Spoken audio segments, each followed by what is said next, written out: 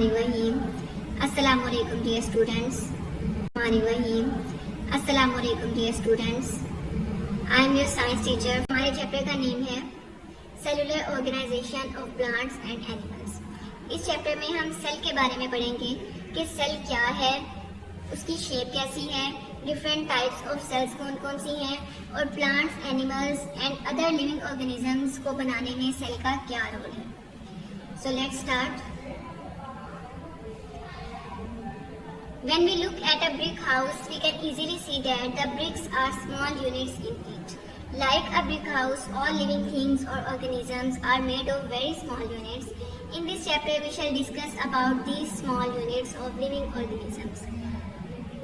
यहाँ पे आपकी बुक की स्टेटमेंट में उन्होंने मोस्ट कॉमन एग्जाम्पल से, बहुत इजी एग्जाम्पल से समझाने की कोशिश की है कि सेल का लाइफ में क्या रोल है। एग्जाम्पल ये है कि कोई भी हम बिल्डिंग देखते हैं तो उसके कंस्ट्रक्शन के बारे में जब हम सोचें कि बिल्डिंग किस चीज़ से बनी है तो मोस्ट बेसिक थिंग जो हमारे माइंड में आती है वो है ब्रिक। ब्रिक के बगैर यानी ईंट के बगैर कोई भी बिल्डिंग खड़ी नहीं हो सकती। इसी तरह से लिविंग ऑर्गेनिजम्स को बनाने में सेल का रोल है। सेल के बगैर लाइफ पॉसिबल नहीं है।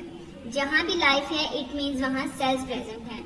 लिविंग ऑर्गेनिजम्स की बॉडीज में लिविंग ऑर्गेनिजम्स को बनाने में मोस्ट बेसिक रोल जो है वो सेल का है। अब सेल को हम डिफाइन किस तरह से कर सकते हैं, let's see. All living organisms are made of cells. तमाम जानदार जो हैं वो सेल्स से बने हैं। A cell is the basic unit of structure and function of all living organisms. तमाम जानदार चीज़ों की बनावट और उनके कामों में जो बुनियादी इकाई है वो है सेल। यानी कि लिविंग ऑर्गेनिजम्स को काम करने में और उनकी बॉडी की शेप को और स्ट्रक्चर को मेंटेन रखने में जो बेसिक चीज़ है वो क्या है, हमारी बॉडी का cell. Plants and animals are made of trillions of cells. Some living organisms consist of only one cell, e.g. Bacteria. अब कह रहे हैं कि सेल्स जो हैं वो डिफरेंट टाइप्स के हैं और जो कि हमें पता है कि लिविंग ऑर्गेनिजम्स भी डिफरेंट टाइप्स के हैं। तो different types of living organism जो हैं वो डिफरेंट नंबर ऑफ सेल्स से बने हैं।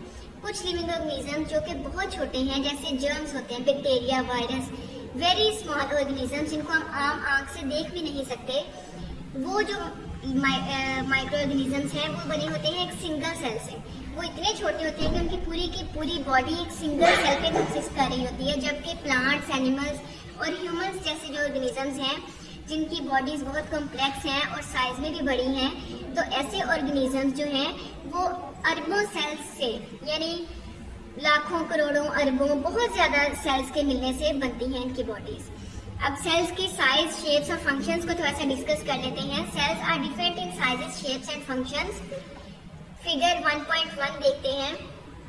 इस फिगर में एक ह्यूमन बॉडी का स्केच है और ह्यूमन बॉडी में डिफरेंट स्पॉट्स पे यानी डिफरेंट लोकेशंस पे डिफरेंट टाइप्स ऑफ सेल्स को लेबल किया गया है और साथ में उनके शॉर्ट फंक्शंस बताए गए हैं।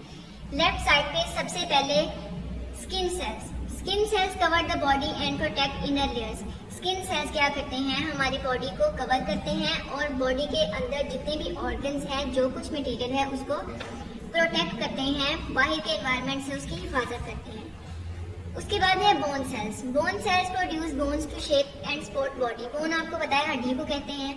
हमारी बॉडी में हड्डियों को पैदा करने के लिए भी मखसूस सेल्स प्रेजेंट हैं। वो सेल्स हड्डियां बनाते हैं और वो हड्डियां फिर हमारी बॉडी को शेप देती हैं और हमारी बॉडी को सहारा देती हैं, उठने बैठने में, चलने फिरने में मदद करते हैं बोन सेल्स।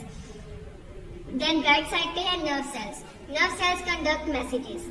हमारी बॉडी में कहीं पे भी कोई चेंजिंग फील होती है तो फौरन से हमारे उस बॉडी पार्ट से मैसेज जाता है ब्रेन तक और ब्रेन फिर कमांड करता है, ऑर्डर देता है कि उस बॉडी पार्ट ने कैसे रिएक्ट करना है और वो मैसेज दोबारा से उस बॉडी पार्ट पे आता है और फिर वो रिस्पॉन्स करता है।